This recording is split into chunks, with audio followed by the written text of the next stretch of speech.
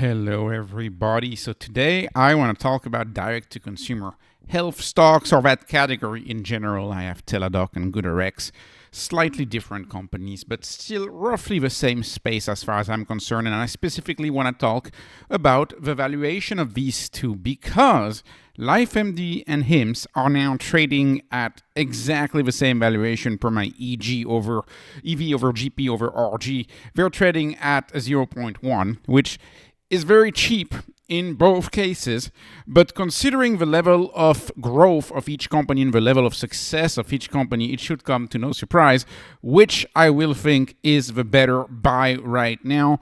Poor HIMS had another bad day. LifeMD had a really bad day as well. What did LifeMD do? I have no idea. LifeMD probably fell in sympathy. What happened to LifeMD?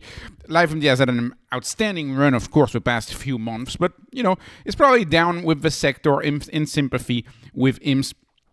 And of course, HIMS is down. Why? Because we have the second day of fear-mongering headlines. I go for headlines. Sometimes I even go as far as opening them and reading them. And the few I read, they don't talk about the other lines of business. They don't talk about ED, right? They don't talk about hair loss. They don't talk about anxiety. Anxiety is a huge part of the business for HIMS. They don't talk about anxiety medication.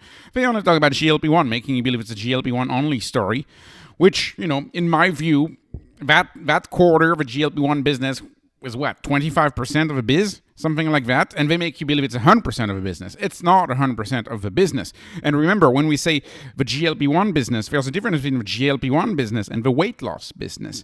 HIMS actually does a lot of money with the weight loss pills. They sell a lot of these metformin-based weight loss pills, which are 100% generic, 100% owned by HIMS, and they don't even mention generic liraglutide, which is the generic GLP-1. If you want to make a fair article, you should mention the generic GLP-1, which is what they are going to talk about now.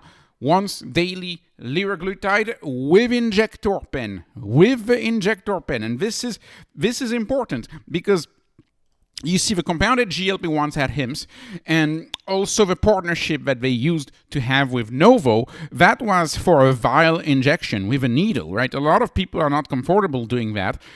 I believe you have people who would much rather have an easy pen injection pen, once daily, wake up in the morning, easy pen, small injection, rather than perhaps once weekly, but you have to use a needle. It's actually a form of phobia. I can't remember what it's called. I've always found it great that HIMS was able to get their own injector pen for the generic liraglutide. I now believe that generic liraglutide is going to be extremely compelling to HIMS, because now that HIMS has quote-unquote lost the partnership, more like they've been denied the partnership by Novo. Now that has happened, and by the way, Novo has had new management. That could be a reason as to why that happened. Now that has happened, if you look at how they're going to compare, they're showing $1,800 Ozempic, right? $1,800 Ozempic versus $399 for generic liraglutide versus $165 a month if you qualify for compounded GLP-1. It's all about the provider. It's all about what the provider puts in their system. It's all about their notes. Do they say you need a compounded GLP-1 because you have an unbearable side effect, or do you need a GLP-1 because I don't know, of some imaginary deficiency in whatever, right?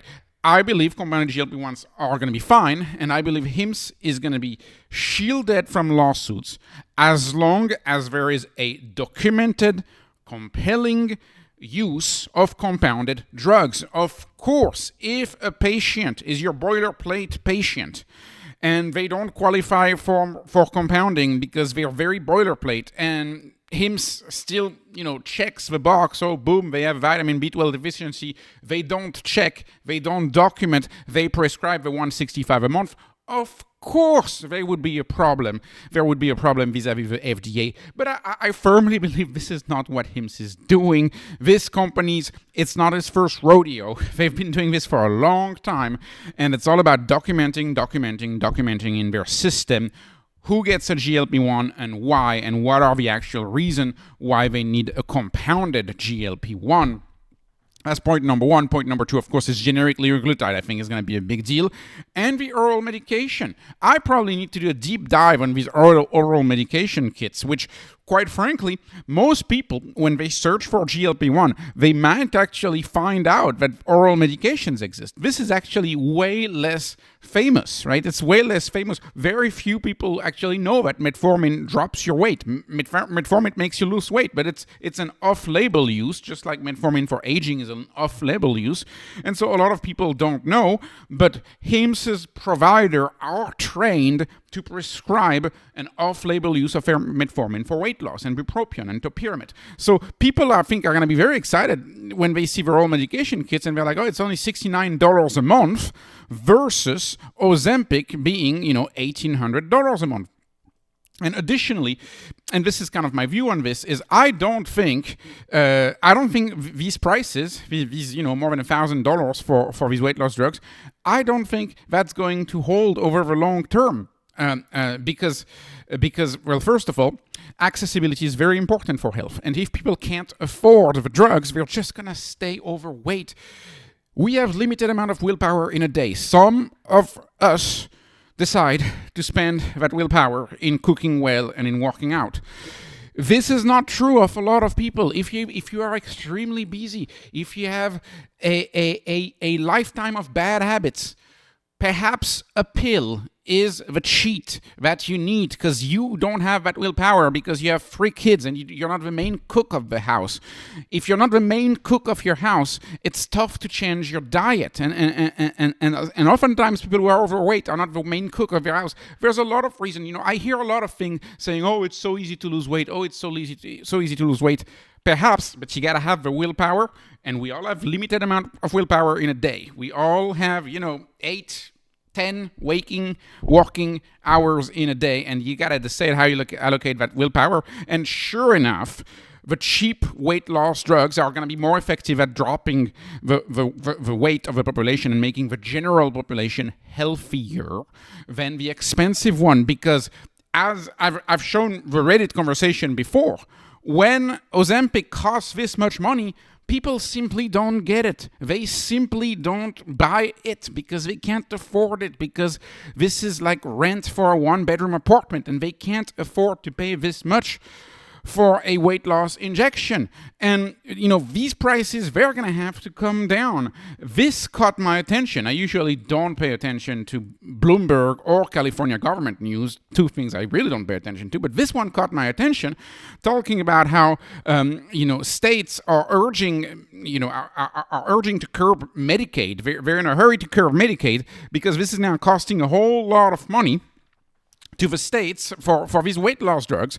And the states have spent a long time trying to not the states, but the federal entities, everybody, not to recognize weight loss as a medical condition. Because if you start recognizing weight loss as a medical condition, then you gotta start doing things that make sense, like, oh, why isn't your gym membership covered if your BMI is over 25, right? That would make a lot of sense, wouldn't it?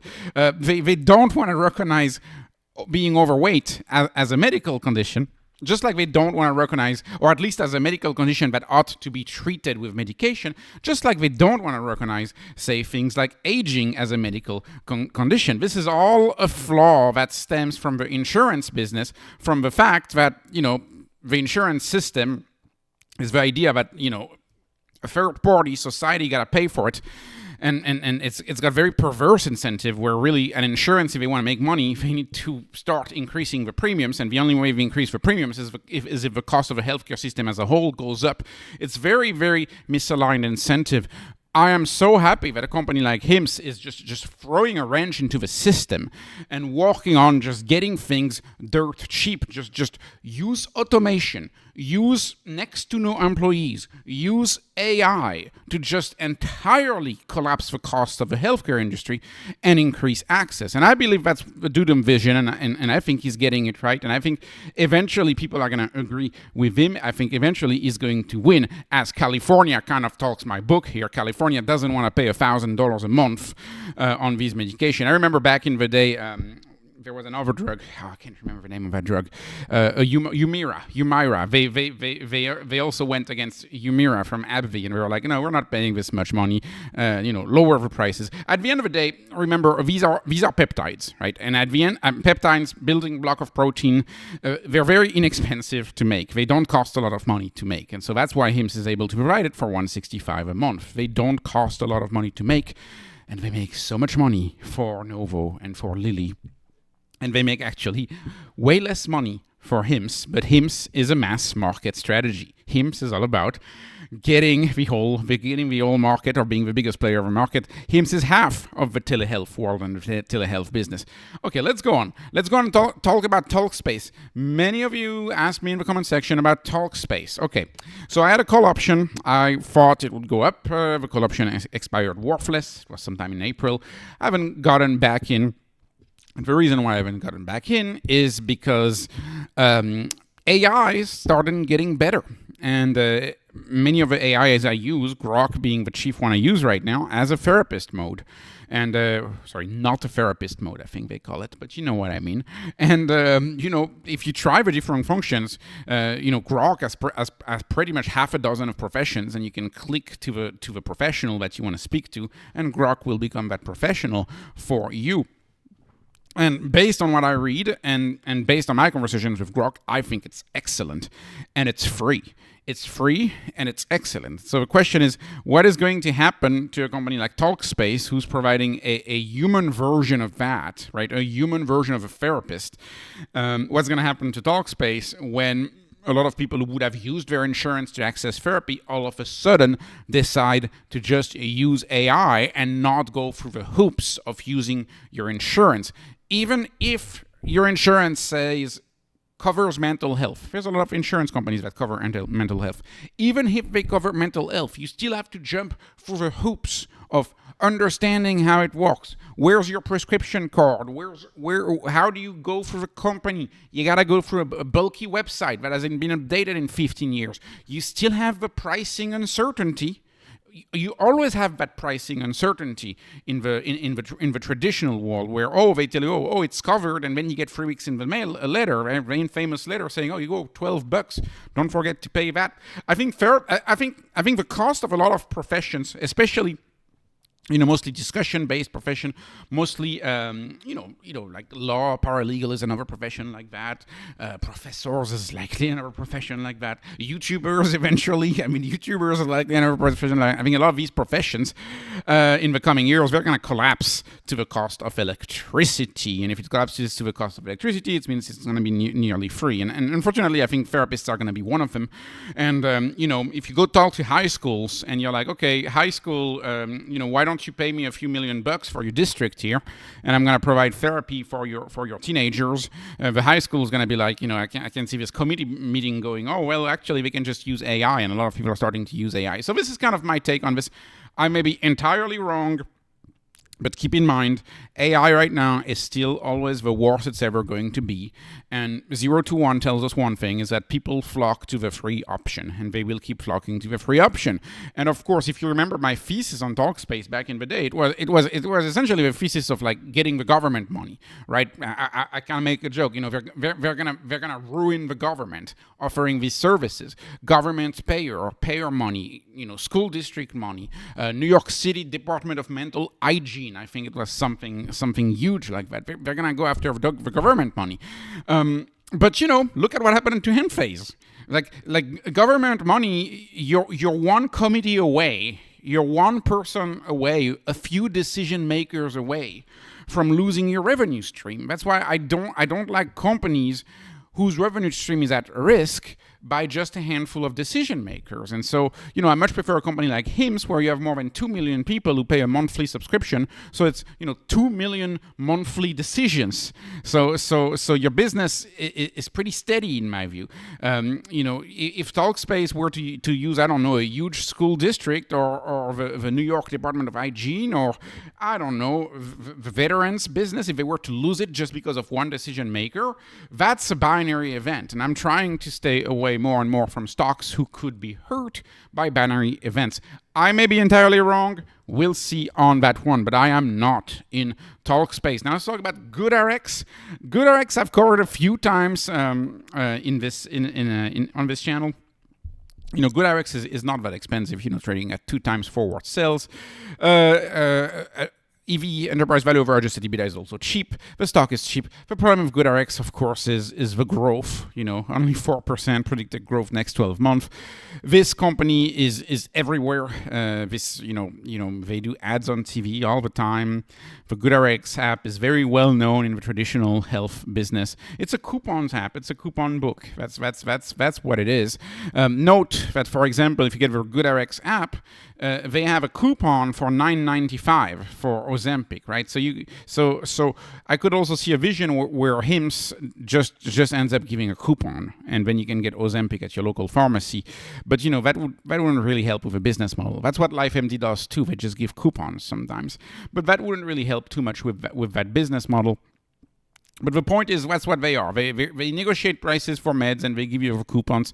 And this works very well for widely available pennies on the dollar type drugs, like, for example, statins, 89% off. Sildenafil, that's your ED drug, that's 97% off.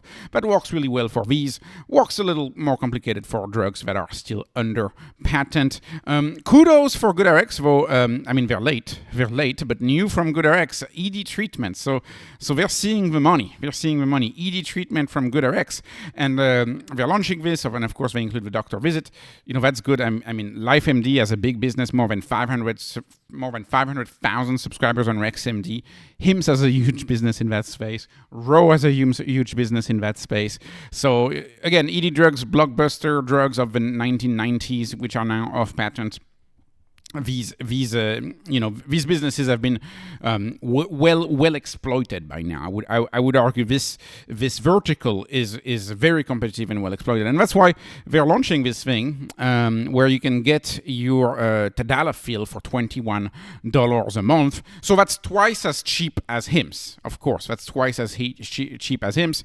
But you understand that GoodRx is perhaps not the marketing genius that HIMS is. GoodRx is born, I don't know when they're born, but it feels very medical. It feels very 20th century. It doesn't feel very customer-centric. The giveaway for that is that they write the original name of the drugs, which both of these drugs have stigma attached to them. Compare that marketing to, say, the marketing of HIMS. This is one of their personalized solution.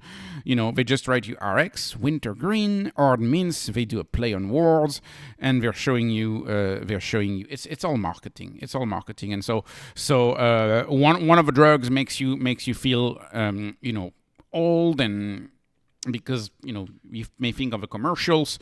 These commercials were not always in best taste. So one product here doesn't make you feel the best. Another product makes you feel cool. You're like, oh, I'm cool. It's a wintergreen mint or whatever.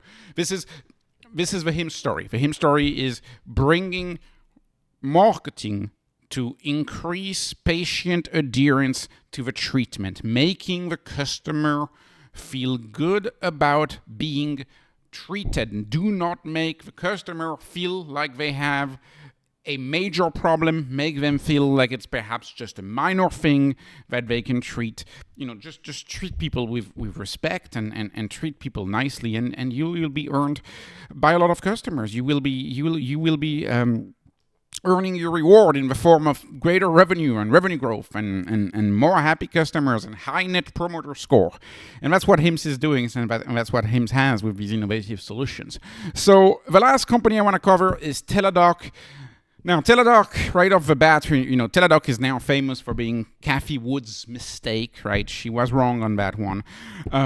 I would tell you that Teladoc seems like a fine company, but it's too slow growth. It's predicted to grow 1%, and even then I'm generous, right? A lot of people say growth is going to be flat to down, as a lot of the traditional insurance companies want to see people in the medical office buildings that they've spent so much money on, and they don't necessarily want people to do all that virtual care. Anyways, Teladoc is too slow growth for me, but I can definitely see how a value investor, a value-only investor would be interested, because because it's trading at a fraction of revenue, right? Revenue is 2.5 billion. The stock is trading at 1.7 billion. So it's trading at a fraction of revenue, 0.67. A little more expensive on an adjusted EBITDA basis, but that's because the EBITDA is not that high right now, and we'll see where it goes. Two things about Teladoc. Teladoc has BetterHelp. BetterHelp is, in my view, it's the better therapy business. It's the cash pay therapy business.